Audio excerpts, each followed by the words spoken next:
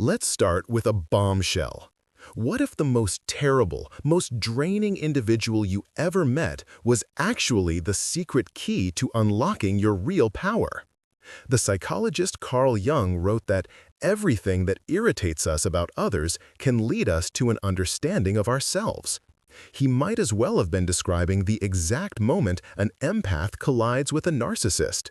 That irritation isn't just annoying, it's a doorway. You felt it, right?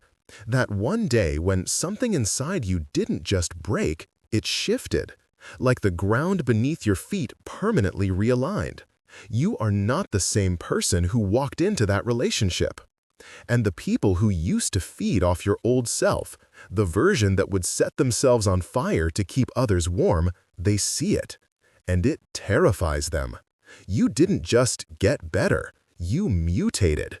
You've become something that shouldn't exist, a deeply sensitive person who can't be drained, a giver who knows exactly when the tap runs dry. And here's the kicker. You are becoming the one thing the narcissist was terrified you'd ever become. You're becoming conscious. Carl Jung also pointed out that truly, completely accepting yourself is the most terrifying thing you can do. You want to know why? Because your complete self includes all the powers you were programmed to believe were mean or selfish. Powers like what? The power to say no and not feel a shred of guilt. The power to watch someone you love struggle and not jump in to fix it, allowing them to find their own strength. The power to feel someone else's anxiety without immediately absorbing it like a human sponge. It forces you to ask a disturbing question. What if empathy, as you were taught it, was a lie? What if your sensitivity isn't some mystical gift, but a high-level operating system that got infected with a virus before you even learned to use it? Here's a hard truth. Your training to be narcissist fuel started early, probably before you could even ride a bike. Think back. Were you the kid everyone called an old soul? The one praised for being so mature when you just quietly dealt with your own problems because the adults were overwhelmed?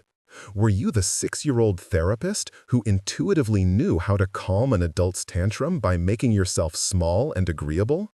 Were you the one who could read the emotional weather in the house the second you walked into the door and instantly adjust your personality to keep the peace? That wasn't a personality. That was a survival script. You learned very young that your safety and acceptance depended on monitoring and managing the feelings of everyone around you. What you call intuition is actually battle-tested hypervigilance. You don't just know things, you were trained to analyze microexpressions, vocal tone, and body language like a CIA operative, because back then, missing a cue could mean emotional disaster. And here's the scary part. Predators can spot this programming from a mile away. You're practically glowing in the dark to them. They see how you lean in when they hint at a problem. They notice you apologize when they bump into you. It's like you're wearing a bright red shirt in Jurassic Park. You're signaling easy meal. They run little tests, like showing up 10 minutes late, just to see if you'll somehow apologize for their lateness. And when you do, the hook is set. This compulsive need to fix and soothe isn't true empathy. True empathy is a choice. What you've been running on is a trauma response that screams, "If I don't manage everyone's feelings, I will be abandoned." And it's killing you. Literally. Studies show that people in these toxic dynamics have sustained cortisol levels comparable to soldiers in active combat. Your body is perpetually stuck in fight or flight. Your immune system is shot. You're not just stressed out. You are being biologically consumed. But here's where Carl Jung's idea comes back, and this is the big shift. What if that irritation you feel is actually envy? Stay with me. The narcissist doesn't feel guilty. They don't apologize for existing. They ask for exactly what they want. They prioritize their own comfort, sleep soundly, and never once worry if they were too much. Carl Jung called this the shadow. All the parts of ourselves we were taught are bad or selfish and shoved into the basement of our minds. The narcissist isn't your opposite. They are your shadow walking around in the flesh. They demand the promotion you know you deserve but are too humble to ask for. They'll cancel plans with zero hesitation simply because they don't feel like it, while you drag yourself to a party with the flu just to not disappoint anyone. They are living out every power you've disowned, and that's why it's so hard to leave. You're mesmerized watching someone live without the guilt chains you've worn your whole life. The energy dynamic isn't what you think. You're not a weak victim being drained. You are a power generator who was taught to leak energy, and you met someone who learned to siphon it. You're the source. They're the parasite. They're the addict. You've been the drug.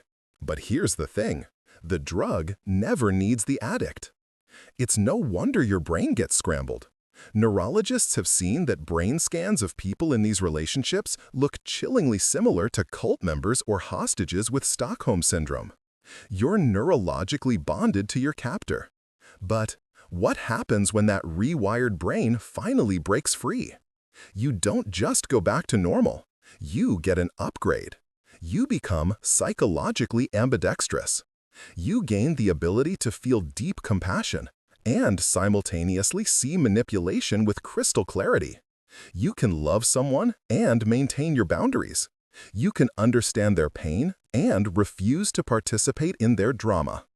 This is why conventional therapy often misses the mark. It tries to heal you back into the person you were before. But you can't go back. That person was food. The goal isn't recovery. It's individuation, Carl Jung's term for evolving into the person you were always meant to be, a new model, one that can't be consumed. You don't lose your sensitivity, you aim it. It's no longer a leaky faucet, it's a high-pressure hose you control. Every feeling becomes data. You still feel everything, you just stop becoming everything you feel.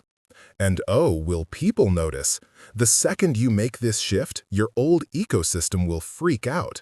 Relatives who used you as their free therapist will suddenly find you cold. Friends who only ever called to trauma dump will accuse you of changing. Good, let them panic. Their discomfort is your new compass. It's a progress bar loading toward your freedom. The practice starts simply. You just create a tiny pause.